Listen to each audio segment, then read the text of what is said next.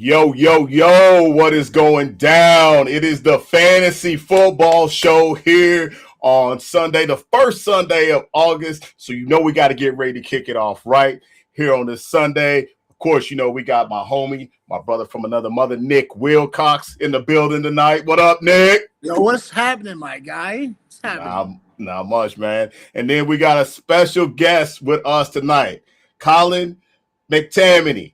Out here. Did I get it right? You nailed it, man. Let's go, baby. Let's go. You might be the first one ever to nail that. Let's go. Which is great because, man, listen, my southern accent sometimes, man, it just like butchers names. Nick, he loves messing with me about how I say people's names, but I'm glad I got that one right, man. What's up? Welcome to the show.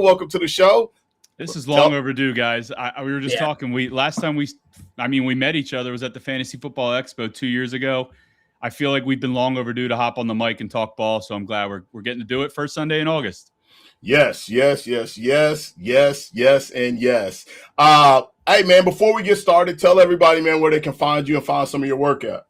Yeah, I am a content creator at FTN Fantasy. I do some written stuff there, mostly written stuff, but I also do some short form video content. Every now and then I'll do a live stream or so. So, If you need any of my stuff, it's at ftnfantasy.com. And I'm also posting it on my Twitter account, which is there. Yep. And Reddit. I'm big on Reddit. I love Reddit. Huge platform there. So I love talking to people there too. Dig that, man. Dig that. Yeah, man. I've been loving some of the shorts you've been putting out, man. You and Laquan, the FTN team, man, like you guys have been like I've been trying to find something that I don't agree with you guys, but it's been very, very hard for me to find something that I don't agree with, man. So you guys are doing a great job over there, man. Some fire content. So, yeah, man. So we'll get rolling. First thing, man, we got to talk about it. We got to talk about it. You from Philly. I'm a LeBron guy. Let's talk about it, man. How you feel about the King coming to Philly, man? I was actually more surprised when I got the notification for Jaylen Brown because I thought this team was on a downward trajectory. How the hell are we going to get rid of this Paul George contract? Embiid's new contract kicks in this summer. I was like, oh my God, I don't know what we're doing. We're wasting Maxi's prime. You get Jaylen Brown, it's a game changer already. The team's already better, right? Then the whispers start to come around that LeBron James was also intrigued by the Jaylen Brown signing. So, when you start hearing that, you get excited. But I got excited before he went to the Lakers too, that he might come to Philly. And he didn't. Listen, he's 42. I get it. But listen, I've been a lifelong fan. I have his rookie card somewhere over there in the hallway, hidden away. If anyone ever broke into my house, they would not be able to find it. I do need to get it graded, but I've just always been a fan. And listen, I don't care if they win, lose, whatever. LeBron James is a Philadelphia 76er, and I never thought I'd be able to say that. So this is just a lifelong dream. Yeah, man. I agree with you with the Jaylen Brown thing. Obviously, I'm up here in the New England. I'm in Maine, so Boston, obviously a couple hours away. I still can't understand why they made that move. And then out of all the things to make the move to the Sixers, that's crazy. And now, when LeBron was kind of like a thing, I know everybody's going to be like, oh, I knew it was coming. I told one of my guys, I was like, if he's really, truly trying to win a ring, Philly is the place to go. Because he's got all that youth and, those guys, they can run. He's got a big now to play with. And all he's got to do is just go out there and facilitate. And I think the key part for me with him is it's not through the first three quarters. It's in the fourth quarter when they're down 8, down 10, and now he gets ready to go put on a show. It's gonna be fun. It's gonna be fun. I just love the people that are saying LeBron went to Philly because he's ring chasing. I didn't know that we were getting a ring in Philly. I had no clue that we were chasing rings in Philly. So to hear that in a sentence, I'm like, okay. I mean, if people really think he's ring chasing in Philly, okay, then. Have you watched the last 10 years of Sixers basketball?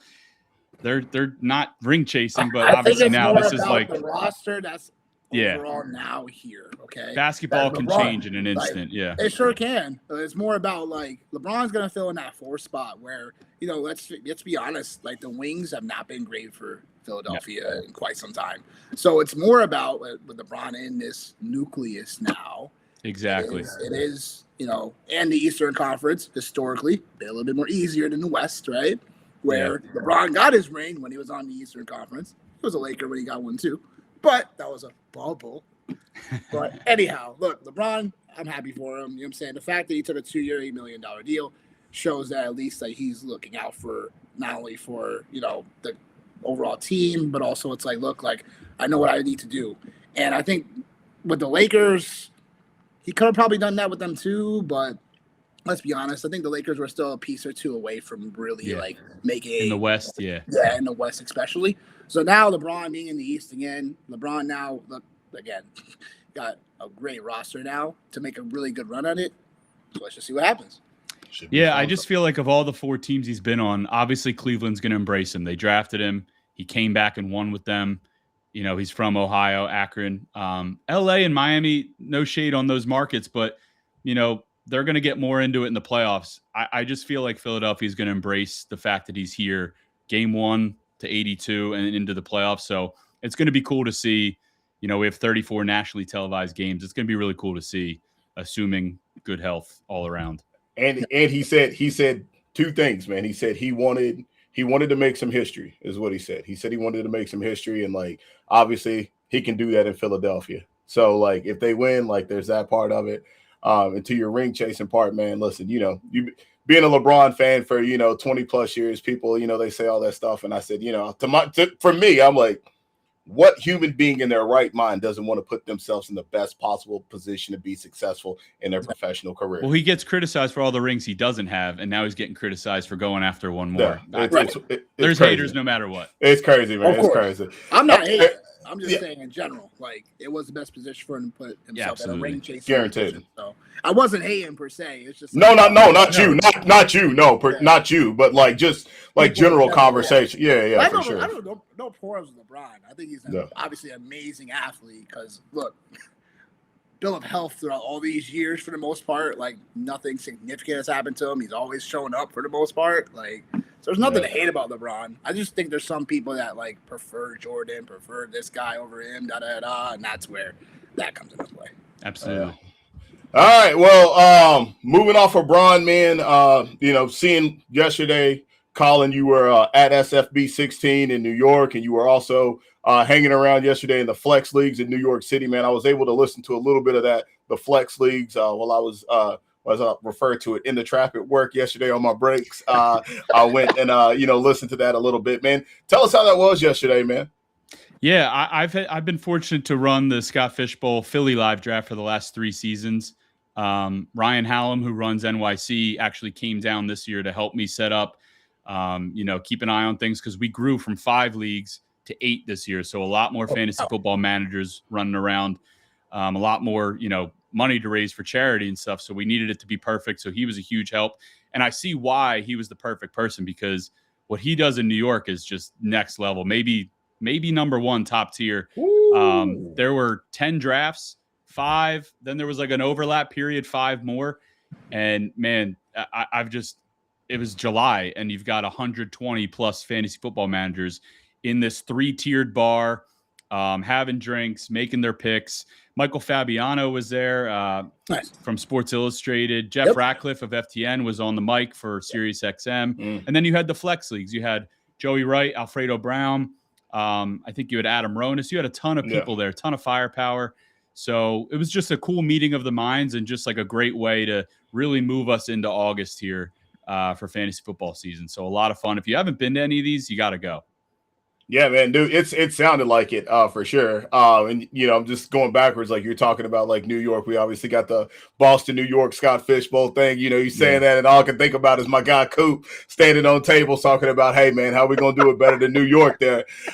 So shout out to him, man, and shout out to Boston as well. But no, that Flex League, man, that sounded like fire, man. Rich Rebar, I heard he was there. Lawrence Jackson, I heard him there. And just a lot of different concepts. And I think like the caveat with that league, right, is like you don't have to pick a tight end, right? Like you could. I think so. I was trying to pay attention to that, but the Scott Fishbowl scoring is so different.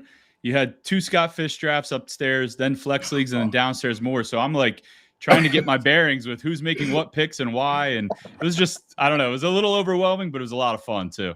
Dig that for sure, man, for sure. All right, man. First football question, man, we got for you. Obviously, man, you're a big time Eagles fan for sure. Do the Philadelphia Eagles, do they make the playoffs this season? Obviously, they lose A.J. Brown. Obviously, they fired their offensive coordinator as well as some of like the highlights on things. Like, what's your take on the Eagles this season, man? I just think there's too much damn talent on that roster for them not to make the playoffs. Obviously, anything can happen. I think we know what the biggest thing that could happen for any team. You know, we're seeing a little bit with the 49ers. Now, I don't want to speak it into existence of what's going on with some of these teams in camp already, but Philadelphia's talent, you know, fully healthy, I just think they're going to win the NFC East. But I'll be honest, I try to take the rose-colored glasses off and look at the NFC East. The Cowboys are good. Cowboys got better. Their defense got better. A lot of continuity on offense with Dak, CD, Pickens, Javonte, Jake Ferguson. Like, they have a great core there in Dallas. So I think it's going to be a really tight race between those two teams. I'm not so sure that Washington has the firepower to keep up with those two. They're going through some changes here. Can Jaden Daniels stay healthy? And then New York, listen, I'm not buying in yet. John Harbaugh, you got to prove it to me, especially with what we saw from Pete Carroll last year in Las Vegas. You know, apples and oranges a little bit, but I still think the jury's out. I mean, Malik Neighbors has only caught 2 passes from Jackson Dart in a game, but we're ready to anoint them as this like high-powered offense with Scatterbo and Isaiah Likely. Good fantasy pieces, but I'm just not sure that they have a playoff-ready team. So when it comes to can the Eagles make the playoffs, they're really only battling one team for the division, and I think it's going to be a close race. So at worst, they're a wild card, right? I just think this defense is super legit. You know, there's some question marks on offense. No A.J. Brown, new offensive coordinator, and Sean Mannion. But again, Devontae Smith, Saquon Barkley, Mekhi Lemon, Jalen Hurts, Dallas Goedert. Like, there's still some really good players on that offense. If the offensive line is healthy, I don't see how they're not putting up 25 to 30 points per game on average again. So, yeah, I mean, the short answer is, yeah, I do think they're going to make the playoffs. But I think the more discussions we're having in Philly is how far are they going to go this year beyond, you know, just making the playoffs. Yeah. Yeah, no, like I agree with you, man. I think like everything, like you said, as far as like the talent wise, there's just too much talent, you know, all the way across the board. Like that's one of the things the Eagles have done over the last couple of years, man, is they've been obviously super good, 2 years removed from being Super Bowl champs. Obviously, and Saquon Barkley in that magical season that he had as well. You mentioned A.J. Brown, you know, moving on to New England for sure, but, you know, trying to find like some sort of a replacement with Lemon, and then obviously they bring in Dontavian Wicks as well. Yeah. Who's like just from the sounds of things in training camp, like sounds like he's having a pretty good training camp the first couple of days into August. Not, you know, very early. And defensively, I think they've always been a house defensively for sure. I think that's always been like the staple for them is defensively what they've been able to do. So, got anything, Nick? Yeah, I would say, yeah, I think everything that you guys just said that makes sense. I do question the Eagles beyond like just making the playoffs, right? I think Philadelphia's over the last at least 5-6 years have been a team where you're like, this team has to be not just making the playoffs is nothing, right? Almost. I'm not saying it's nothing, but it's like that's just minimum, right? The Eagles are been used to at least getting a few Super Bowls in the last several years. So now it's like, can we get back there? What are we missing? And then from a Saquon Barkley perspective, I'm sure we'll get to. I'm just definitely curious, right? I think we like Barkley, right? But I'm definitely curious how it all plays out for sure. So I'm sure we'll get to that. Yeah. So talking about that, you got to talk about the guy that runs the show.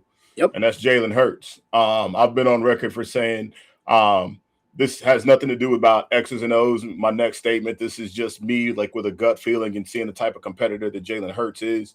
I feel like this is going to be one of his better seasons. And the reason why I continue to say that is because I think there's something to be said about the type of competitor that he is. And, you know, the storylines with him and AJ Brown and losing a big piece like that. And the critics tend to think you're going to fall off. And guys that play the quarterback position, they want to prove people wrong. Jalen Hurts has had to prove people wrong his entire career. So this is another situation, at least in my mind, I think. And you mentioned Sean Mannion. I think, I don't know why, but like I'm highly infatuated with the influx of young offensive coordinators coming in, young play callers, because I think like the game is changing. And as the game changes offensively, schematically, you're going to see different things. And it seems like they want to, maybe get Jalen under center a little bit more. Do you think he's going to be in line for a top 3 finish at the position this year as far as fantasy goes? I've been struggling with that a little bit because I really like where he's the cheapest he's been in years in fantasy drafts, right? So that kind of makes him a little bit of a target. But I actually just wrote an article on FTN Fantasy, draft this, not that. And looking at the quarterback position in general this year, I wrote, why draft Jalen Hurts in the 6th round when you can get Tyler Shuck, Kyler Murray, Bo Nix, all these guys later? It's not to say I don't believe in Jalen Hurts. I really do. But is he going to be top 3? I think he can, right? He's done it before. And we've seen him rush. We've seen him throw. I mean, there's a lot of variables that have changed this offseason, right? But do I want to pay a 6th round pick to see if he's going to be a top 3 player when I can get a wide receiver running back in that range that I feel a little bit better about my depth? Or do I want to hunt quarterbacks later in the draft like the Kyler? Can he bounce back? Tyler Shuck, Bo Nix, those guys that I mentioned that have some rushing upside as well. Even Malik Willis, like, listen, I'm not investing in Miami too much, right? But this is fantasy football. You don't need to necessarily be the best of the best to finish in the top of the ranks. You just need to put up points. And Malik Willis averaging 9 rush attempts per game or so, that's intriguing to me for fantasy football. So it's not that I don't think Jalen Hurts can do it. It's just, do I want to invest a mid to high pick to see if he will do it? We'll see. I don't know where some of my drafts are going to go. I feel a little bit better about investing in him for Superflex because there's a little bit more priority at the position. But quarterback is just so deep this year, especially if you play in like most people play in like a 12-team league, right? If you play in like a 10-team league, there is no need to be rushing to get a quarterback high in the draft. Like, think of who the top 10 quarterbacks are in fantasy football, and then think of the next 10. They're still pretty good, right? Yeah. So, it'll be interesting to see if Jalen Hurts keeps up his rushing. A lot of his fantasy value, no shade again, but has come from those 1-yard punch-ins on the tush push. Are we even going to see the tush push with Sean Mannion? I don't know. Maybe they lean more on Saquon, Tank Bigsby. I do expect a little bit more of a better passing performance from Jalen. I hope so, because they're going to start having contract extension talks. So he does need to show up a little bit. I think he's proved enough that he's a winner, right? He doesn't say much, but he hears it all. So I do expect Jalen to bounce back a little bit from last year. But I don't know if you're getting a top 3 quarterback. I don't have the confidence you're getting a top 3 quarterback to spend a 6th round pick on. You might get QB 7, 8, 9, 10 with him, and that's okay. But I just think you'd be better to invest in other positions where he's going. Yeah, there was a lot of things for him, and like your article was definitely, man, it was fire. Taking a read of that, man, as far as like you highlighting like the rushing attempts that he had, and like how that decreased from last year, how the yardage decreased from last year in that space. And then too, even like another element of his game that did decrease dramatically last year was the intermediate passing. The lowest in his career at 9.7 yards per attempt, 728 yards, and a 56 completion percentage, working the intermediate area. And like we talked about, like maybe Mekhi Lemon, maybe he helps that out. Maybe he helps out that space for Jalen Hurts, as you mentioned, the contract extension talks, right? And the passing piece has got to happen. But then like the rushing aspect, like for him, you play man against him, he doesn't pull the ball down and run. You play zone against him, he's going to pull it down and run. So obviously you have to think like teams are going to play like a lot more man against these guys. So it'll be interesting to see and like how teams approach him and how they attack him, because in the same space, I know we're talking about Jalen, but like these two are married together. But Devontae Smith last year, interesting stat with him was like him playing in the slot was like the most he had played in the slot last year for his entire career. And then he moved outside. Now I'm pretty sure like the yards per attempt for him being on the outside was 3rd next to guys like JSN and Puka Nacua. And I seen something that was kind of like, hey man, like this is the trajectory we got to hope for with Devontae Smith is that trajectory that Jackson Smith and Jigba took. So maybe it is. I'm not saying Devontae Smith is JSN this year, but like somebody's got to be that guy. And I think like maybe there's a scenario where Devontae Smith is this year's JSN. Yeah, he very well could be, right? And it's actually kind of shocking because I've saw that too. And obviously some people are going to roll their eyes at that. Like, of course, everyone's looking for the next JSN, right? But there's some truth to how Devontae Smith has played. I mean, go back to college. Like he did it all in college, right? And we've seen his numbers without AJ Brown too. Since they signed AJ or traded for AJ Brown has commanded 27% of the target share despite missing games. That's with the missed games. So that's a huge chunk of the target share that needs to come back. And I mean, again, if you look at how the targets were distributed against wide receivers from Jalen Hurts, it's AJ Brown, Devontae Smith, and then I don't think a single wide receiver caught more than like 18 passes over the last 3 seasons. So people have to step up around AJ or Jalen Hurts, but I mean, the clear target is Devontae Smith, and you can still kind of get him, I think, at like the 3-4 turn, which, hey, it's crazy work. That's kind of where JSN was going last year, right? So there's a lot of similarities there, but I think it's a dangerous game to make those kind of comps, because if that's what you're expecting when you draft that player and he finishes even like here, you are left a little disappointed. So you kind of have to think of the range of outcomes with someone like Devontae Smith. But I mean, I think the sky's the limit. He could be a guy we're talking about the 1-2 turn the next year. Yeah, I think Devontae Smith is someone that I'm looking to target, especially if I'm drafting at the end of the draft with a 12 team for sure. Because if you grab Devontae Smith and then like somehow Mecca Buka's there, somebody, or Lamiconi, like you're talking about a started roster start. I think Devontae Smith has a dangerous chance of at least finishing like wide receiver 10, wide receiver 11, wide receiver 12. And we're getting him at prices that are like wide receiver 19, wide receiver 20 right now in some cases. So I definitely believe in Devontae Smith. As far as Jalen Hurts, the only thing that stops me from Jalen Hurts getting a top 3 finish at the position is, we talked about the rushing dipping that has to improve. And then also like from a passing yards perspective, like if anything else, like more touchdown passes need to be thrown, of course. I think that's still possible in this offense. Like without AJ Brown, we're still talking about, Devontae Smith. We're talking about Dallas Goedert. We're talking about, guys that, you don't think may step up, and Devontae Wicks and Hollywood Brown is on. Forgot about it. So there are some pieces that can still get Hurts, elevated. The question I have is, like Colin said, it's like I have Hurts as my QB6, and that's pretty much consensus.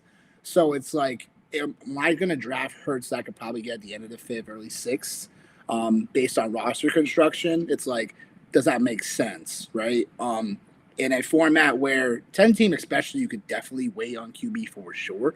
But Jalen Hurts is like, it's almost like a bank on that he'll get back to the point of being a top 3 versus like, I'm going to draft him at QB6 and hope. I don't know. The only way that would work for me is like if Hurts really has like the outlier season that he grabs a QB1 somehow away from Josh Allen or Lamar Jackson or whatever at that price tag. So I have to believe that in order for me, Jalen Hurts, to really get there. So it's possible, but the probability of it, it's like 65-35 that won't happen. But that being said, I think Jalen Hurts is still a solid pick. It's just more about like, from a cost draft perspective, does that make sense? From a real life perspective, I think Hurts can definitely step up his game. Like we talk about, you talk about man versus zone coverages. Like Jalen Hurts is like, you just got to step up, my guy. You got to step up. You got to step up, dude.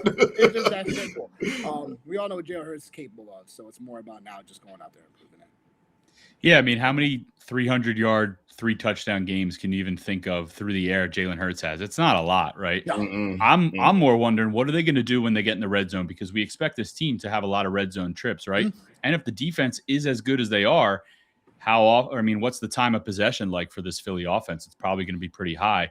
But does that mean more just, killing the clock rush attempts? I just don't know. I look at a guy, again, not to bring him up, but he was kind of part of this discussion, was Bo Nix. Everyone's like, oh, he hurt his ankle last year, I'm out on Bo Nix. Bo Nix just said the other day, I want to run. It's part of my strengths, and we should play to our strengths. Bo Nix was like top 5 in red zone attempts and had the rushing. So that combination is more appealing much later in drafts than the question marks that maybe Jalen Hurts still has in fantasy. He can still average 20 points per game, but there's like 7, 8, 9, 10 maybe quarterbacks that I could say could average 20 points per game. So, yeah, I don't know if he's going to be a target of mine. I mean, if people load up, if Josh Allen, Lamar, Jaden Daniels, Drake May start flying off the board, I'm not going to feel pressured with the other like 4 or 5 managers in my league looking at each other like, who's the next to take quarterback, who's taking Jalen Hurts. Like, I'm not going to blink there. I'll just wait at that point and load up the rest of my roster. Right. Same. No, I like that, man. Definitely a fire session for sure. Fire session. You got this one, Nick? Yeah. So Saquon, right? Saquon has concerns about him going into the season. Right now, ADP says Saquon is the current RB8 off the board, picking at the 202. As far as rankings goes, at least for me, I have Barkley actually as the RB5 right now in my rankings. So I'm a little bit more bolder than some other people with Saquon. Colin, explain why you might be just either concerned about Barkley and then overall like the upside case for him. Yeah, I think it's interesting, right? Because this time last year, Saquon Barkley wasn't just RB5. He was like the 5th pick in drafts, right? We were all high on Saquon Barkley coming off that high volume, highly productive season. We've seen that before where running backs have these high volume seasons and then, take a little bit of a step back. It wasn't even so much Saquon Barkley struggles. Kevin Patullo, I can't believe I just said his name out loud. I was about to say, Buddhist man. Yeah. I mean, it just felt like the Eagles were, let's bring it back to basketball, right? It's a fantasy football show, but we were talking basketball to start. It just felt like the Eagles were, shooting 3-pointers and not going for the layups, right? Like, why were we just bombing it downfield, to AJ Brown and hoping to move the chains that way? When they got in the red zone, they started doing a little bit more layups. Hey, let's get Dallas Goedert these short yardage touchdowns. That looked great, but it just felt like there was an imbalance between those layups and 3-pointers. So Saquon Barkley, it just felt like he was put in a position where he had to hit the 3-pointers every single time he touched the ball. He didn't. He was rushing to the outside trying to make a big play, something we saw a lot with New York, and that's just not really his game. Not to mention, Lane Johnson was hurt. Landon Dickerson was hurt. I mean, that front of the Eagles line, which is one of their strengths, was super battered, and it really impacted the whole offense as a whole. But, Saquon Barkley probably more than anybody. I mean, he still finished okay, but he wasn't a top 5 pick, kind of player last year. The fact that happened, and now you look at this year, it's a classic buy the dip, right? I mean, not much has changed for Saquon Barkley. In fact, it may have all just improved. Healthier offensive line. We had guys going down to freaking Venezuela to get their health up on the Eagles offensive line. Sean Mannion's calling plays, which, listen, first-time play caller, but we've seen tons of first-time play callers. Why is that a negative, especially when you're on the Sean McVay coaching tree? You're one of the branches there. There's just a lot of good around Saquon, but everyone's looking for the next big thing. Oh, we've seen Saquon do it before. Oh, he's 29. He was hurt or he didn't do too well last year. I'm back in, right? The only thing that worries me a little bit with Saquon Barkley this year is the emergence of Tank Bigsby. It seems like Tank Bigsby is getting some run in camp. I don't think we're going to see like a 60-40, 50-50 between these two. But could we see 65-35, 70-30? And is that 30 for Tank Bigsby going to be a little bit more in the red zone? There could be just a little bit of devaluing there that happens. But again, Saquon Barkley's not priced, beyond where those fears, lie for me. So I actually like where he's at right now. If you got him as your RB1, you're feeling great because I think he's going to finish as a top 12 running back. I just think everyone, we look at these names, Ashton Genty, Amarian Hampton, Bashal Tootin is one of those names that's, up and coming now. Everyone's looking for those guys on the rookie contract that are ready to take the next step. And we've seen Saquon do it already. I have utmost confidence that he can do it again, but you do need to prepare for, the down of that, of him getting hurt, line getting hurt, offense having its struggles. But the reward is much higher than the risk in this situation for me. Yeah, I think like you mentioned Sean Mannion again, and he was somebody that like kind of like in preparation for this, it kind of kept coming up, and I think like you mentioned, like being a first time play caller is not a bad thing, but also being a first time play caller from the McVay tree is not a bad thing. Also being a first time play caller from the McVay tree, also playing in the NFL is also not a bad thing. Right. Like as well as right as we've seen, like one of our favorite coaches, Play like Kevin 9 years, O'Connell. right? Man, you I played don't. 9 years, Yeah, right? I don't even know like what. Like Backup? I He just. was backup. Yeah. But like one of our favorite coaches, Kevin O'Connell, was Those a three. backup. Was a backup quarterback, and like look at what the product is that he's been putting out as a head coach / coordinator. So like as this process kind of continues, I'm like, all right, like okay, maybe I can buy the dip on Saquon. And you talked about like Nick talked about it a couple shows ago, like the offensive line as well. You're talking about the offensive line. Like sometimes, man, like it's just as simple as everybody else is healthy. And because it wasn't anything bad like for him, like as you mentioned. Hey, what's up, Wendy? It wasn't anything. It wasn't anything bad for him. As you mentioned, the yards per contact, that was bad. It went from 3.8 to 2.5 for him, but that's a product of the offensive line, right? Well, so also I wanted to add is that like because of the offensive line struggles, this also led to like game scripts where you couldn't run the ball effectively. Eagles were fifth highest in third and out rates, 38.2%. They also had the 10th fewest points per drive at 5.67. So again, these things led to like the offensive line and combined with just like chucking the ball too much down the field or not converting enough. These leads to positions where we're not getting great rushing game scripts. So with overall Barkley, it's not the concern of Barkley per se. I think overall, like Colin, you're saying, it's like I just think people are looking for the shiny new toy, and overall, it's more about like can the offensive line just make sure they stay healthy? They've been a top 5 offensive line for however long for forever and here. So I don't think that changes. It's just more about now it's just everybody staying healthy. And that should translate to Barkley at least, right now he's a steal for me. Like I said, he's my RB5. But it's more about like can everything else come together game script wise to make Barkley still more effective. And I think that's definitely where I think I'm at with it too. What's funny is you're at the 1-2 turn, right? And everyone's debating, I'm going to get Amari and Hampton because his offensive line had a bunch of different combinations, especially at left tackle last year. Both tackles were hurt. Amari and Hampton had nowhere to run. And, man, he's going to, have all these rush attempts and he's going to be the lead back for, Los Angeles and et cetera, et cetera. The same can be said about Saquon Barkley. Yes. And we've seen him do it. Yes. But people want this, I'm going to get Amari and Hampton because I think this is his year. Why not Saquon? Like, why not? And Saquon's going after Amari and Hampton. Okay. Yeah. All right. Yeah. And like the other thing too is like to put a bow on it is like, dude, like Saquon still was I think he was 11th in red zone carries. He was 11th in goal line carries. Like, so like he was still getting work like inside of there and like him being hit behind the line. Like he was hit behind the line, I believe, like 47% of the time last year, like on his carries. So you mentioned New York earlier on, like in the conversation and like doing this, like that's all I was thinking about was like, this is what it looked like for him when he was playing with the Giants. Like the talent is still the talent. It's just to Nick's point, like, hey, like game script, situation, offensive line. So like, I think, him being at 202, I think running back 5, like, like I could definitely see how that could be a thing, like for sure. But it feels like too to me, I think like it could be a very similar to like Christian McCaffrey type of year, right? Like where it's very volume based because he didn't even get the chance to hit a lot of those home run plays, which is what makes him special is those home run plays. And you talked about Tank Bigsby, man. Like Saquon Barkley is a selfless player.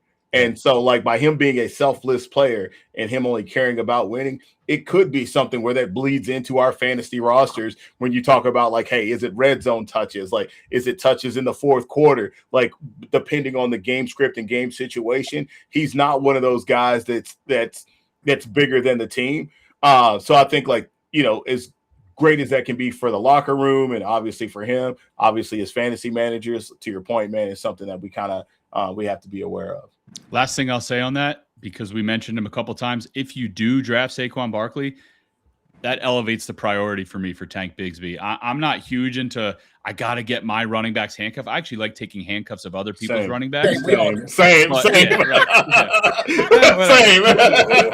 Yeah, but Tank Bigsby is a, at face value, I already want Tank Bigsby in my drafts, but if I have Saquon, I may bump up Tank Bigsby even just like a round, just to, rather than take that upside wide receiver that, might be a flex at one point during a bye week or so. Give me Tank Bigsby. No, I love it, man. I love it. All right. So obviously going at running back 8 and the 202 is Saquon, but going at running back 7 and at 201 is Devon Achane. And I know you talked a lot about this in your article, for sure. But like I will say that like I've been on record for this year for saying about Devon Achane, my biggest concerns for him is obviously you mentioned that the offense has been stripped down. You talked about this, I believe, too, in your article about the check down percentage for Tua. I think it was something like 16%, and like Malik Willis was something like 6%. So you got that aspect of things. And then just the Miami Dolphins, let's just call it what they are. They're probably going to be, not probably, they're going to be piss poor this year. They're going to be piss poor. And then too, like some of the other concerns and some of the other topics of conversation have been Devon Achane getting the goal line work. My underlying biggest concern for Devon Achane and having him on my roster for this season is I don't think he's going to be there when you need him, meaning that like the Miami Dolphins are piss poor and they're probably going to be out of contention for any type of playoff or anything, and they're going to be in a space, even though they just gave all this money to Malik Willis, they're going to be in a space potentially where they're competing for an Arch Manning or a high-end quarterback, whoever the guy is going into next year. That's my biggest concern about Devon Achane, is that right there. And now, like Tupac, all eyes on me. There ain't nothing else there in Miami, man. There ain't nothing else. So how do you feel, or let us know how you feel about Devon Achane, and are you shying away from him at this price tag that he's currently at? Listen, I talk negatively about some players from a fantasy football perspective. Sometimes we all do, right? You have to be nitpicky when you're talking about your first and second round pick. Yeah. Devon Achane right there at the bottom of the graphic, 201. That is a core piece of your roster. And if you have the last pick in your draft, you're talking about, making Devon Achane at 201. If you picked him, you're not saying another player's name or putting a sticker on the board for probably another half hour, depending on who's drafted in your league. You have to sit with that decision. After a few more drinks too, right? Yeah, right. You might want to have a couple if you draft Achane. It's nothing against Devon Achane. I really wanted to see him end up elsewhere, actually, because to take your words there, I think Miami's going to be piss poor. Now, listen, the Dolphins finished 25th in points per game last year, 26th in yards per game. They were already bad, right? Yeah. It could get worse. I don't think it's going to get better, but it could get worse. And Devon Achane on that team last year was great, right? 1,350 yards. That was 5th most. He wants to go for the rushing title this year, and they might try to get him that rushing title. If not for anything else, they can hang that banner in the stadium down there in Miami. That's fine, right? But you have to weigh the things that we saw last year with Devon Achane this year. Mike McDaniel was there last year. That's a positive. Tua, we don't know much about Malik Willis. 155 total pass attempts in his career. Anthony Richardson has more pass attempts, almost double than Malik Willis. Yep. So we really don't know much about Malik Willis, and we don't know much about this offense. I mean, Bobby Slowick's the offensive coordinator. Historically, Bobby Slowick has not been an offensive coordinator that I'm like, I want whoever's in his offense. So, and listen, we don't want to say his name 3 times, but I'm going to say it a second time. Kevin Patullo is down in Miami. Oh, man. Yeah. So Bobby Slowick almost got hands put on him by D'Amico Ryan. It's like Beetlejuice. You can't say it a third time. So that's it I won't even say it. But when you look at Devon Achane's trajectory, though, right? 103 targets or 103 rush attempts as a rookie, 203, 238. That was an element of his game that people didn't think he had. Everyone thought he was just an RJ Harvey, like the PPR back, right? Kind of like an Alvin Kamara, more receptions than carries, more points from his receiving game than rushing. I just don't know if there's going to be enough production from rushing on this Miami offense for Devon Achane. The receiving could still be there. But you alluded to it from my article already.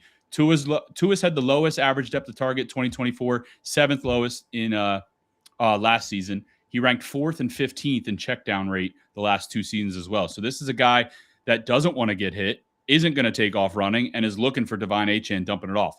What we do know about Malik Willis is he's going to tuck and run. He's one of the better, maybe even the fastest quarterback out there right now, as Lamar, Jalen Hurts get a little bit here. Malik Willis, the most mobile quarterback. But again, defenses are going to keep them honest there. I mean, when you think about game planning for Miami, it is, let's not let Malik Willis run against us, and let's not let Devon Achane break a big run here.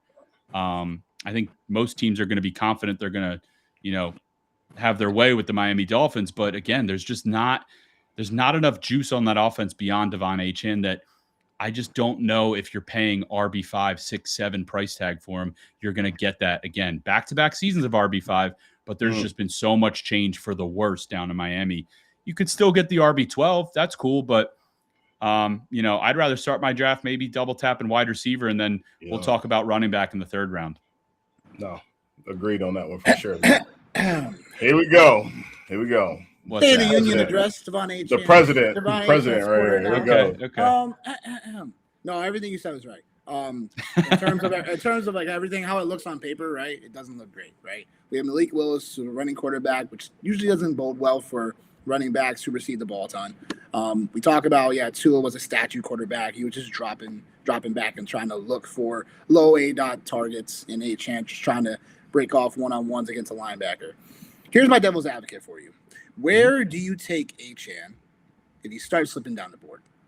Where do you start considering him is my question. Right. If you're in a draft with a couple like-minded people that, are also a little bit apprehensive about it. I mean, I still think he's a 2nd rounder because the ceiling is a top 5 running back. Right. I think you just have to play the odds a little bit, and you have to also look inward a little bit. Are you someone that is a little bit more risk management style? I'm going to take the guy with the high floor and the high ceiling, or are you going to take someone like Devon Achane where the ceiling is a top 5 running back, but we don't want to talk about the floor. The floor might cave in, but you're going to live and die by that, right? My whole thing for Achane is like back-to-back seasons of least being RB5, right? Mm-hmm. And obviously the situation has changed, so obviously you have to adjust to that.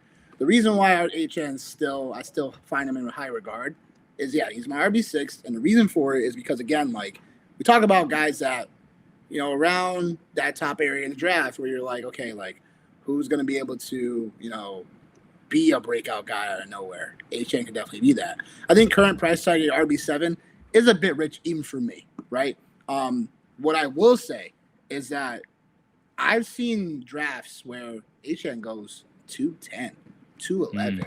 Dare I say reaches a 2-3 turn. So that's where like the appropriate ADP price tag right now, I wouldn't take him as RB7, I'll be honest. But what I will definitely consider is that if, like you were saying, Colin, he is a 2nd round pick for sure. And if he starts going down that board where it's like, okay, if I'm picking top 3, right? If I somehow in that area, if Achane falls to me at that 2-3 turn, I'm pouncing.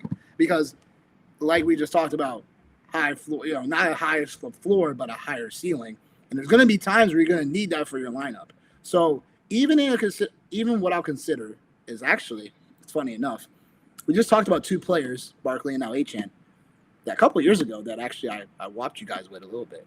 So it's kind of funny that we're talking about these 2 players. So it's funny. I'll give you one out. I'll give you one out of 2. I'll give you one out of 2. And Achane actually. To start my drafts if I'm at the end, and see how that fares out. But if you're really if I always say this, if you're really concerned about Achane, or you're really concerned about running back that is in this category that has potential to give you not as high of a floor but higher ceilings, just grab another running back you really feel good about on the end of that draft, and then see where things go. If you're drafting in the middle, that kind of sucks. I probably wouldn't follow that strategy. But if you're at the top 3 pick, and obviously Achane is starting to fall towards the end of that, I'm grabbing him there. So I think for me, it's more about not exactly the ADP price tag where I'm, you want him or you're not. It's more about like the room I'm in, because most times Achane is going to fall down a little bit more than what his ADP price tag is right now. So that regard, strategically, like I'm going to grab Achane. It's just all about kind of when. But it's more about like you can make a strong case from if you're starting RB at the end of your draft from 10 till 12, you can definitely make that work. Is what I'm trying to tell people too. I think for me, I'm just like looking at it. And I'm like, I'm looking at the names that are like going after him, and I'm like, I couldn't make myself take him right before Saquon, Omarion, Chase, Ken Walker, even like I think like that's like for me, I think that's where the discussion starts. It's like with Ken Walker, like Derrick Henry, I was gonna say Derrick Henry is the one for me because the risk with Derrick Henry is he's 32. Yeah, is this going to be the year he falls off the cliff? That's the risk for Henry. But if not, then you got an F-350 out there going 100 miles an hour that nobody can tackle yet again. Yep. Oh, there he is. There's I think Achan's just like having a Lamborghini on like a freeway that's just in bumper to bumper traffic. You're like, I want to drive this as fast as I can, but I'm stuck. There's nothing going on here. Nowhere to go. Yeah. No, it's I think that's definitely a tough place like to be at for sure. But like I think like that's where it starts for me. If those guys are off the board, right, and like as you mentioned, Colin, like if you're on the back end and like you double tap wide receiver, or even if you start off like wide receiver like early on, like with a Chase or a Puka or something, and you're coming back around and he's your first running back, then like I feel okay like about that because my wide receiver room is probably going to be so daggone good that it's like, all right, like that's cool. And then like, like you can still come around and get like some pretty good value and things like like in your article, again, like you talked about Javonte, we talked about him last week. I think like that's a really good take, like right there. Safe. It's a really good take right there. So I think like that, like, I'm not like so like anti Devon Achane that like I just like won't. But like I think like again, like given like whatever the circumstances are and whatever like that roster looks like, if it is Chase, if it is Puka, if it is JSN, if it's something like that to start off with it, like I'm a little bit more open to having Achane on my roster. If Achane is in my opponent's lineup, I'm not happy about that. I'm kind of scared. Like I don't want to go against Devon Achane. Right. But if he's in my lineup, I'm also kind of scared. Like, what am I going to get today? So that's kind of the like imbalance here with him. And there's just some players that like I want him in mine and not in yours. He's one of those, like, I don't want him in yours, but I kind of don't want him in mine either. And as we're talking about this, like, this is a great transition as we're talking about this. Blind spots, right? Like, so we're moving off of players and kind of talking about concepts a little bit because I'm very intrigued, like, by these things. And definitely got like a lot of respect for you and like, the content that you put out and kind of like your thought process was behind it, like a lot of things. How do you personally avoid blind spots for players going into drafts? I think the biggest thing, and I still see people making this mistake, but listen, there's work leagues, there's family leagues, there's people that are just kind of casual week before, day of, print out their rankings and go there. But if you're serious about winning, I think the best thing you can do is put your players into tiers. And that is going to be the biggest way to avoid blind spots, because if you have your players tiered out, you can see who's left in tier 3. Oh man, there's only one player left here. Am I overlooking Mike Evans sitting here in this tier before it drops off to the next, those older players, or just the guys that you've thought about already, that you've constructed these tiers a little bit?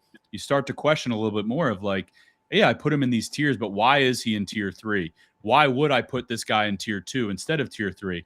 When you have that little extra thought rather than just listing them, do they deserve to be in this tier? I think that's the best way to avoid blind spots, because you're just putting a little bit more thought into each player rather than I want, John before Joe before Jim, kind of thing in each of the line, in each of your rankings there. It's just a good way when you're constructing, getting your draft prep ready, you start making your tiers and you're going down the list, you're looking at players, you're like, man, but am I really going to leave him out of this tier? Let me do some research on this guy. So I think preparation is key, but I do think making tiers is like the best way to avoid that altogether, because it's easy to cross names off, look at the guy and go, I don't want him. That's a blind spot right there. I don't want him. I haven't looked at him. I haven't heard anything about him. Well, maybe you should have. Maybe you should have thought, why is he here in the rankings or so? So that's my answer. I don't know. What are your guys' philosophies there?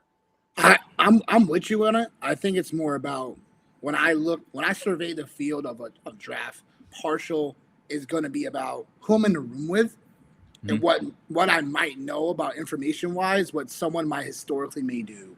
Obviously harder to do when you're obviously just drafting with people. You may know some of them, you may not know all of them. This is for particularly like, work leagues or home leagues or whatever, where it's like you already kind of know for the most part, like maybe someone might get a little bit QB happy a little early. You may know someone that goes and has a strategy of they go, running back receiver balance. They may have a position where they just, they're RB hungry like me. So you may already have that in your overall intellect, right? So something where I look to do is I try not to give it away too much, but even if I do, I'm okay with it. I think what you have to do is, like you said, have a tiers list of like, okay, for example, right? There's receivers that I may want, right? And at some point, there's a receiver right before a tier drop off. And you're like, okay, if I don't grab a certain receiver before this point in the draft, I'm not going to be looking so hot. So what I need to do is I need to get myself in a position, make sure that I'm not always in that position. I think something you could easily do is literally be like, okay, like you just said, Mike Evans, like on ESPN, he's like buried in the rankings. That might change, but he's buried like in the 70s, which is crazy. Yeah. So that's an example of like guy I want to not only have, but also like don't want to wait too long to go grab him, even though it's ahead of rankings, so to speak. So this is a classic, like getting your guy in your tiers that you think are, are part of your own tiers versus like standard rankings, right? Taking advantage of those. On Sleeper, for instance, Zay Flowers, if some people are on him, some people are not. So it's like, I don't mind Zay Flowers. I think he's decent. I think overall he's a guy that should benefit from a Ravens offense, changing their offense a little bit. So I definitely want to grab him. He's a little buried in Sleeper rankings. So it's like finding out these little things when it comes to actual standard rankings versus your own tiers, and that's going on your point. That's what I look to do as well. Yeah, I think another thing too, real quick, is just that a lot of people are always trying to make like the flashy upside pick. And I think blind spots, just generally speaking, can be those safe players. Like, you want your league to go ooh after you make your picks. You got Ashton Genty this year, big breakout season. If you load your roster with all those kind of players, you can crash and burn real quick. Like if you're upside, breakout guys, if you have like 5 of them on your roster, like I know my home league last year, I had Matthew Golden as a starter, which not great.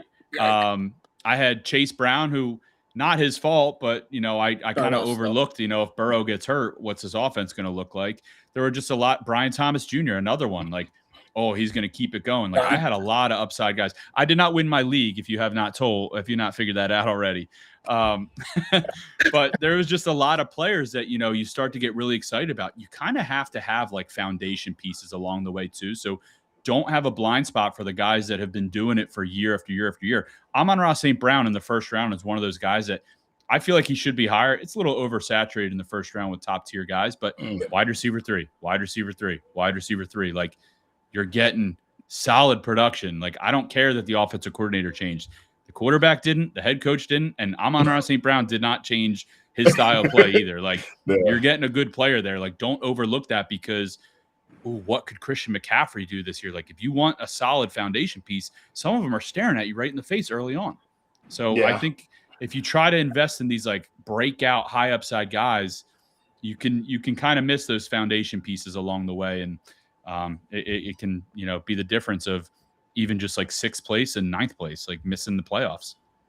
Yeah. My home league roster sounded a lot like yours.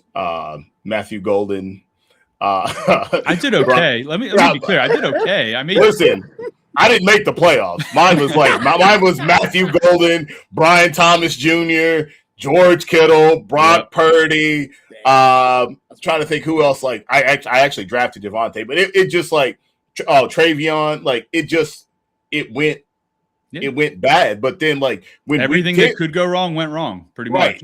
But then when week 10 hit, everybody was looking around going, I don't want to play this guy. I don't want to play this guy. Right. But like there's 9 weeks have already happened, so and you've got 3 wins. So it sucks. I'm the oddball here, I guess, man. It's probably just because of my brain. Like I've tried tiers before, and like when I try tiers, like all I do is just like end up like creating more like conversation and questions like amongst the group and being like, oh, well, this guy should be here, or oh, should I have them tiered off by like transition to teams, or oh, should I have them tiered off by like, you know, potent offenses, or oh, should I have them tiered off by targets? Like, so for me, like I just like it's just a straight ranking thing for me. Like tiers are dope, like they're dope. But for me to create my own tier, just the way like my brain works, like I would much rather just go cross and get there and go, okay, all right, so here we are, like right now, and it's Josh Jacobs or it's Kyron Williams. Like that's it. Like I need a running back, and these are the two players, or these guys right here. And I have Josh Jacobs ranked higher for this reason. So like I've got to trust the work that like I put in during the offseason. Yeah, I've got to trust. No pun intended. Trust the process. I've got to trust the process on this. And I think for me, like blind spots are players that like for me are guys that like I go back through and I look at like my best ball rosters and I'm like, okay, like why don't I have any like shares of this guy? And like guys for me that like I know going into the season that I'm gonna have blind spots for.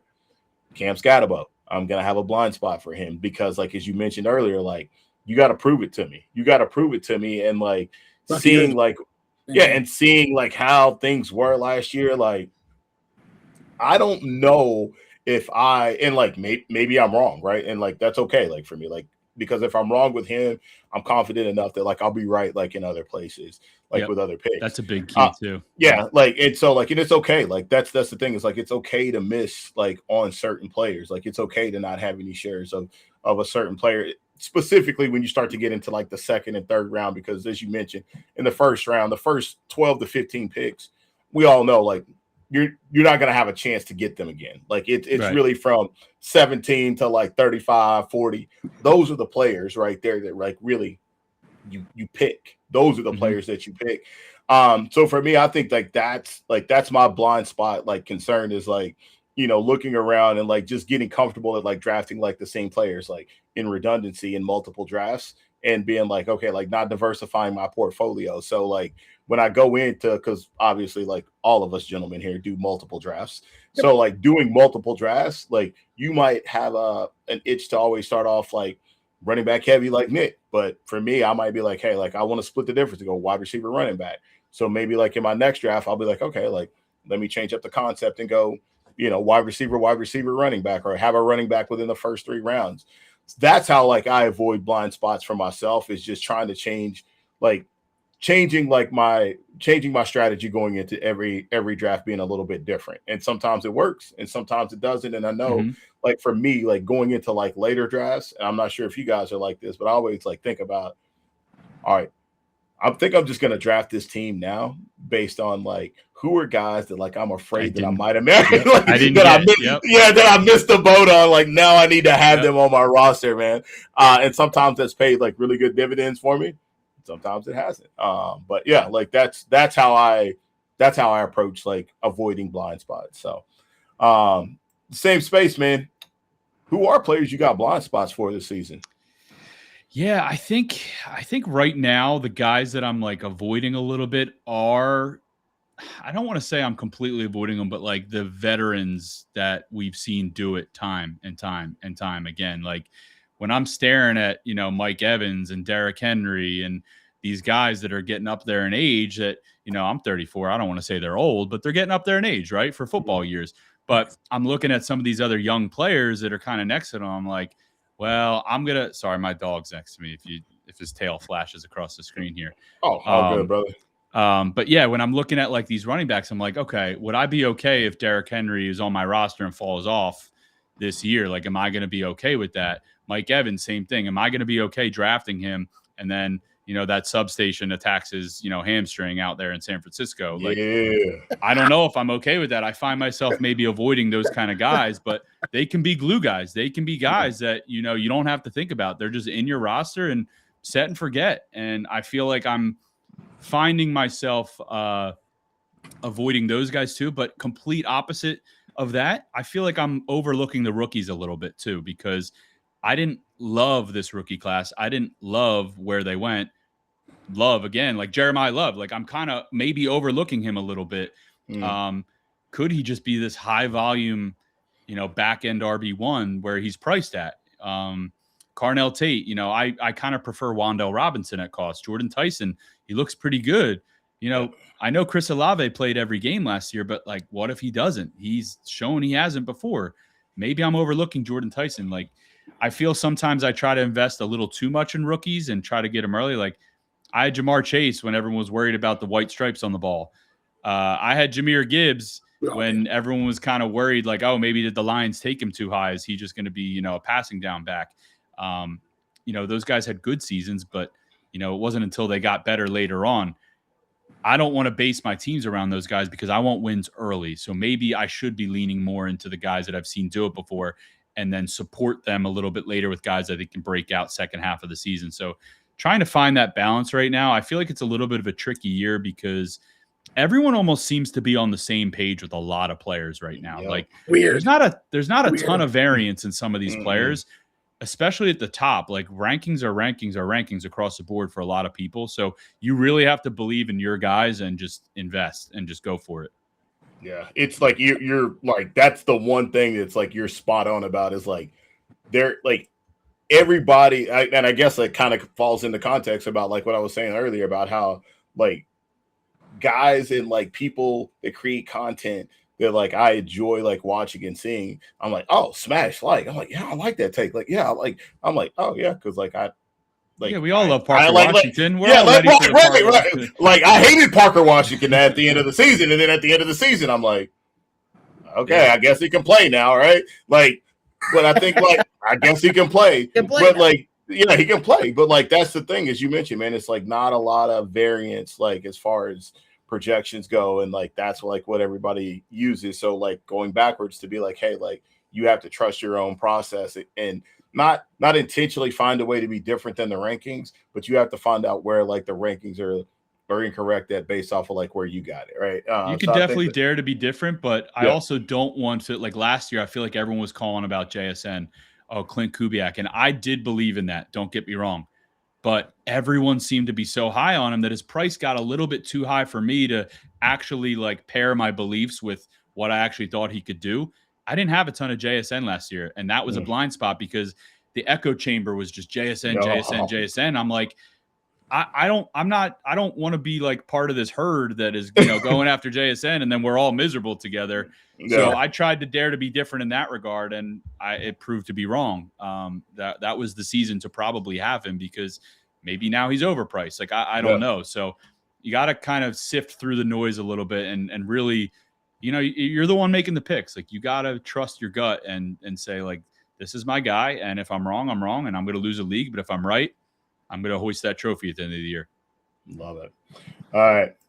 Who was your QB1 to end the year? Like, obviously, like in your profile, you got QB Academy. So, like, I'm like, all right, like, I want to know what's up, man. Talk to me. Who finishes the year as QB1 this season and why? Yeah, that's a quote from Howie Roseman that said the Eagles are a quarterback factory. So, they're always churning out quarterbacks. We've had tons of them on the roster, but not afraid to cut Wentz and draft Jalen Hurts. But my QB1, I mean, I'm not going to dare to be different here and say anyone other than Josh Allen. Like we've seen it. He's done it. I believe in it. He's got DJ Moore. His former offensive coordinator is now his head coach. So there's continuity there. I think Josh Allen is going to be the QB1, but a dark horse candidate I will give you that's, we've all heard the name, right? But a guy that's going later that I think can challenge him is Caleb Williams. I'm super high on Caleb Williams. The rushing, the passing, Ben Johnson. Ben Johnson had Jared Goff. Jared Goff did not have the legs that Caleb Williams has. The Air Jordan throws, nothing like that. The only thing that worries me about Caleb Williams is, are they going to remain run heavy in goal-to-go situations, red zone situations? Because that did kill Caleb a little bit last year. He had good rushing upside, but there were some games where he had 15, 16 points because DeAndre Swift and Kyle Monangai, against my Eagles especially, were pounding the rock into the end zone. I just think the talent is oozing off that roster. Loveland, Burden, Odunze. I want one of them, and I want to get Caleb Williams too. I love stacking those guys this year. So I think Caleb Williams is one of those guys that isn't ranked as high as Josh Allen, not an immediate threat to Josh Allen in the ranks, but I think by year's end, they're going to be next to each other, side by side with names. President of the Caleb Williams fan club right here, baby. You know okay. what I mean? So yeah. I'm the secretary. All right, I want to be on the cabinet too. Yeah. You can be for sure. So I think you already kind of answered the other question, like best value in the draft. So we'll move past that one. So we'll get ready to get to the end here before we get to our rapid fire session. What's your favorite season-long prop that you would give to anybody that's watching right now? Favorite season-long prop? I think. Are you talking like a player, team? What do you? Anything, man. Anything. Any like yards, teams, wins, playoffs, whatever. I mean, the first one that came to mind was Giants under 7.5 wins. Okay. I don't believe at all in that team. I think there's going to be some growing pains. I think they're going to be much better in 2027. But when that line came out, I think it was actually maybe 8.5 first. It's since dropped to 7.5. But now Malik Neighbors looks good. So, maybe I'm a little bit wrong there. I like the Saints to make the playoffs. I don't know what kind of prop people are looking at, but I really like the Saints this year. Starting to get a little itchy about, are the Buccaneers going to flop? Are they about to blow that up? Like, I'm not really sure. That division feels very wide open, and I like Kellen Moore, Tyler Shuck, what they got going there. And then really, I don't have the numbers in front of me, but Caleb Williams, I'm gonna go right back to him. The Bears have never had a quarterback throw for 30 touchdowns or more in a single season, and they've never had a quarterback throw for more than 3,500 yards or 4,000 yards. I'm sorry. Caleb Williams is going to do that, and if his prop lines are under those numbers, I'm smashing those all day. I think he can actually win MVP. So talk about it. Yeah, talk about it. I'm really high on Caleb Williams and the Bears. If everyone wants to go grab those pass catchers over me, that's fine. I'll get the guy that's throwing on the ball. So, if you haven't figured it out already, that's my guy. Man, God, man, I knew I liked you. I knew I did. All right. Last question before rapid fire. We ask everybody the same question. Who wins the Super Bowl this year? Oh, okay. There's a helmet pick. Congratulations. I will tell you something. You are the first guest that we have had to not pick the Rams. Okay. So the thing with the Rams is more has potential to go wrong than right with that team this year. That's fair. In my opinion. That's fair. Matthew Stafford was in a red light therapy tank on the practice field last season. We were all terrified of the Rams last year, and he managed to play every single game. I don't know what voodoo magic they did over there in LA, but good for them. Matthew Stafford gets hurt. I mean, it's over. It's over. It's completely over. And you could say that about probably 32 teams, right? Yeah. But then you've got Devontae Adams. You got Puka. I thought they should have went out and got Deebo Samuel. He's now with San Francisco. If one of those guys gets hurt, and they get hurt, it might not be over, but it's not looking great. They got Myles Garrett. I get it. I think I actually put out a tweet in January, way too early call. Rams versus Chargers Super Bowl. The Super Bowl is in LA. I think that would just be hilarious and fun. So if that's right, I'm going to march around and tell everyone I knew it. But go Birds. I'm going Eagles. Love it. Oh, shoot. All right. We're getting ready to rip some rapid fire here for you. Let's go. All right. So I'll start off here, and then I'll pass it to Nick after. Do you lean, for your preparation, more into stats, film, or play callers? I would say if I were going to rank those, I would go stats, not only past but projections. I mean, I don't watch a ton of film. I'm not grinding tape. Okay. I definitely look at some stuff, but I'm not one of those. I'm not going to sit here and tout that on Sunday I'm watching every game back and watching the film Fair. Here, there, and everywhere. But props to the guys that do. It's just not really my thing, but I do. But FTN Fantasy for the numbers, we're all stats, analytics, and stuff like that. So definitely more lean into the numbers, and then play caller definitely. But I'm not going to ride or die by the play callers. I definitely think I overlooked a Clint Kubiak last year, and I probably should have looked more into. Almost got me. I almost said his name. I'm not going to say his name. Candyman. I'm not going to say it. But like Brian Daboll down in Tennessee this year. I like that. I like that he's the offensive coordinator. Mike McDaniel with the Chargers. I like that. Like, if I have a tiebreaker, play caller comes into play. All right, cool. All right, you want to go, Nick? Yep, let's do it. All right. Dynasty or DFS? Dynasty for sure. You get to feel like you're like a GM. Okay. Best place to get a Philly cheesesteak? Angelo's. I mean, if you're ever in Philly, you got to go to Angelo's. I don't think they take calls. I think you have to go there in person. That's just like how great it is. High quality ingredients, seeded roll. It's just fantastic. Everyone wants to go Pat Geno's, all those. Not bad. Like, I'm not going to turn down a cheesesteak ever, especially if it's 2 a.m. Like, I'm gonna get a cheesesteak. But Angelo's has definitely emerged as like my favorite, and I think the city's favorite. Okay. All right. Favorite Eagle of all time? Brian Dawkins. Love 100%. It. Weapon X. I mean, he's one of those guys that you got to tell your kids about, and like you just got to like see it to believe it. I can't believe I got to watch that. We missed a lot of greats, I feel like in our time, but I didn't miss Brian Dawkins. I love that, man. No, he was definitely super bad, man. Super bad. Favorite Rocky movie? What's that? Favorite Rocky movie?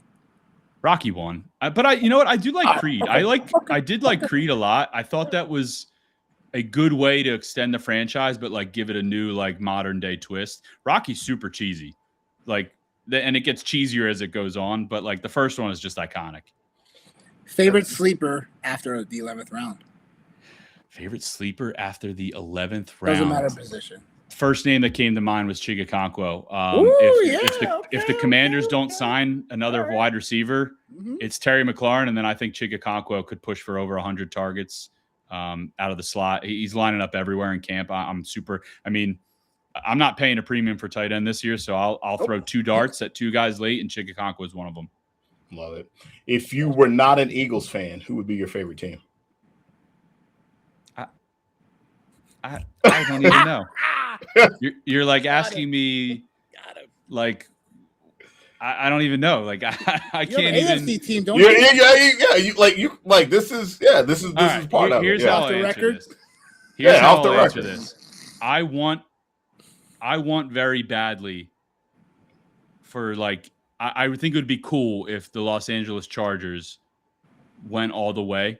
I like Jim Harbaugh. I like Mike McDaniel. I like Justin Herbert. I just wish they were in San Diego still. That would be a lot cooler.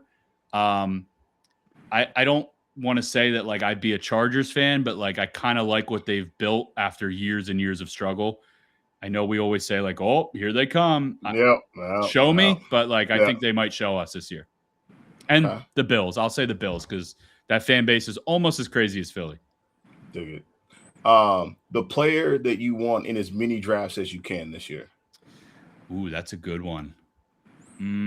I'll move out of like the first 2 rounds because you don't always get an opportunity for those guys. Right. And I'll go right to round 3. It's Javonte Williams. I feel like he's super safe. I can't believe I just suggested a Cowboy, but like here we are. That was a top scoring offense last year. Same play caller, same quarterback. I love continuity. No guessing what's going to happen. Jaden Blue can run wild at camp all he wants. I think Javonte Williams is the guy. People forget they paid him in February to be the guy.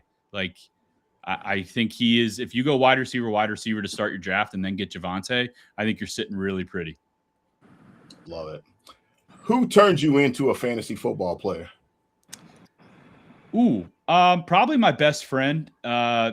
We entered high school. I think we were actually done our freshman year, and we have 3 middle schools in our district.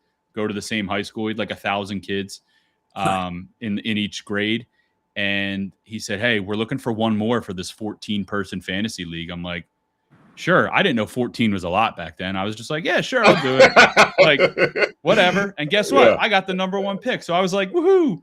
I drafted Reggie Bush. It was 2007. He should not have been the number 1 pick. And that was like a cool league where like you put it on the index card, hand it to commission. He opened the index card and went, bah! Like, what an idiot kind of thing. I was like super embarrassed. I didn't have anything. I had like maybe, scribble on a paper who I wanted. I left that draft and I called my friend after and I said, we're starting our own league. And that league is going into its 20th year this year. So kind of all came from there. Love it. Love it. Who is a podcaster that you haven't worked with that you want to work with? Oh, I would love to be on JJ Zacharysen's podcast. I just think he's like a really it's clean. It's right to the point. I mean, even just to like talk with, I met him before at the expo, but he does a late round podcast. I just think he's built a brand and a business that is one that a lot of people should model after. Like, you know, I love the casual conversations. But if you want like 20 minutes of just like, this is what you need to know, like JJ Zacharysen's going to give it to you. How many leagues are you in this season? Is my wife listening? No. I was in 17 last year. I think I've had a couple fold. Dynasty leagues fold, a couple other things fold. I think I'm in 9 or 10. And if I'm in 9, I'd love to be in 10 if you have an opening. Oh, well, stay tuned because we might have something, maybe. All right, and you already actually kind of answered this question, but I always love to ask this one. Industry league or home league? There's nothing like the group chat with your home league when you know a big moment happens. Or we had a guy 2 years ago that lost every game, I think, except one. Jesus. And then he won last year. Like those stories, those long-standing home leagues are great. My home league is going into its 20th year. We've been doing auctions since 2012. That is special. If you have a league that gets together in person, you should be doing an auction draft. It's just too much fun. Going into its 20th year, we've been doing auctions since 2012. Oh, dude. Yeah, I got it. Yeah, that's all right. That's how dope it was, is that it needed to be said again. It was like a broadcast to the people. No, like that's my home league. Is like I have an auction league that like I have one that I've been doing for probably now 16 years, and the guy still asks me the rules to it all the time. And I tell Nick all the time it's hilarious. I'm like, we've only been doing this for like 16 years. So yeah, right. Like that's, and then like I have another one that's a PPR, and like auction leagues, I love them.